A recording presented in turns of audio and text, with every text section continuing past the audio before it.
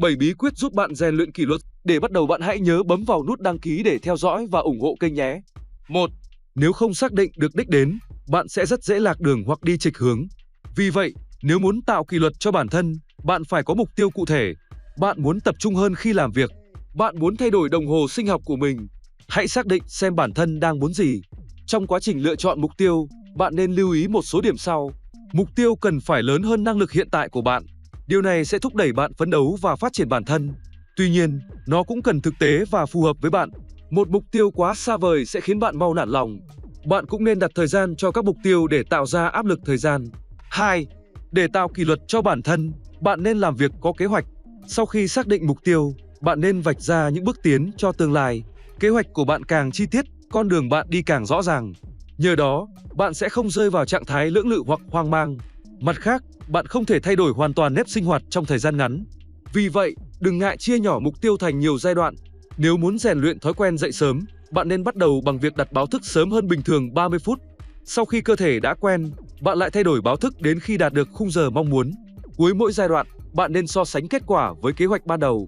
Các thành tựu nhỏ sẽ cho bạn tự tin và động lực đối mặt với mục tiêu lớn. Bạn cũng có thể kịp thời xác định điểm chưa tốt để khắc phục. 3. Một nghiên cứu của Đại học Stanford, Mỹ đã chỉ ra rằng ý chí của một người phụ thuộc vào niềm tin của người đó. Nếu bạn tin ý chí của mình không đủ lớn, bạn sẽ không bao giờ gom góp đủ động lực để thay đổi. Ngược lại, nếu bạn không tự vạch ra giới hạn cho khả năng tự chủ của mình, bạn gần như sẽ không thấy kiệt sức. Tóm lại, niềm tin vào ý chí của chính bạn sẽ quyết định sức mạnh của chúng. Để có động lực tiến đến mục tiêu, bạn cần loại bỏ những trở ngại tiềm thức và thực sự tin tưởng chính mình. 4. Con người phát triển nhờ thói quen. Vì thế, sự nhất quán là mấu chốt của quá trình rèn luyện tính kỷ luật.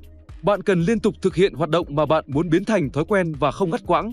Ví dụ, khi đã quen với việc thức dậy lúc 6 giờ, bạn nên thức dậy vào đúng thời điểm đó mỗi ngày, ngay cả vào cuối tuần. Nếu một tác nhân nào đó làm đứt gãy chuỗi hoạt động của bạn, bạn nên tìm cách khắc phục ngay.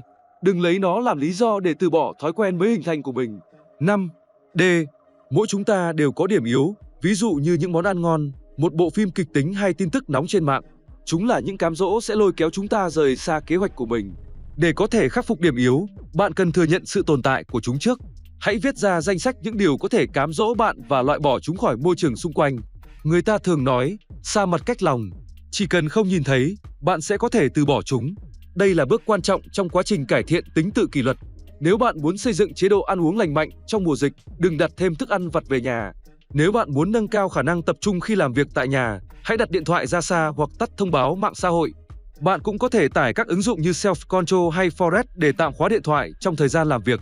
6. Rèn luyện kỷ luật là một quá trình khó khăn. Vì vậy, những nỗ lực mà bạn bỏ ra xứng đáng được tán dương. Mỗi khi bạn hoàn thành một mục tiêu nào đó, dù lớn hay nhỏ, hãy tự thưởng cho bản thân. Phần thưởng có thể là bất cứ thứ gì, ví dụ như một que kem, một chiếc bánh hay một bộ phim, miễn là bạn yêu thích nó. Cách này sẽ tạo ra cho bạn nhiều sự hào hứng và động lực hơn để phát triển bản thân và tiến lên phía trước. 7. D. Các chuyên gia chỉ ra rằng bạn sẽ tuân thủ kế hoạch tốt hơn khi có người theo dõi. Vì vậy, bạn có thể rủ thêm một người bạn thân tham gia vào quá trình rèn luyện kỷ luật này. Các bạn có thể đặt mục tiêu, lập kế hoạch và phấn đấu cùng nhau. Sự đồng hành này không chỉ giúp bạn nghiêm túc hơn mà còn mang tới cảm giác hào hứng, vui vẻ. Hơn nữa, nếu mọi chuyện trở nên khó khăn, bạn sẽ không phải trải qua một mình mà đã có người bên cạnh chia sẻ, động viên và tiếp thêm sức mạnh. Xin cảm ơn bạn đã nghe và xem hết video này. Nếu bạn chưa đăng ký kênh, bạn nhớ bấm đăng ký để xem những video mới và thấy hay thì nhớ like, chia sẻ cho bạn bè bạn cùng xem nhé. Hẹn bạn ở những video sau.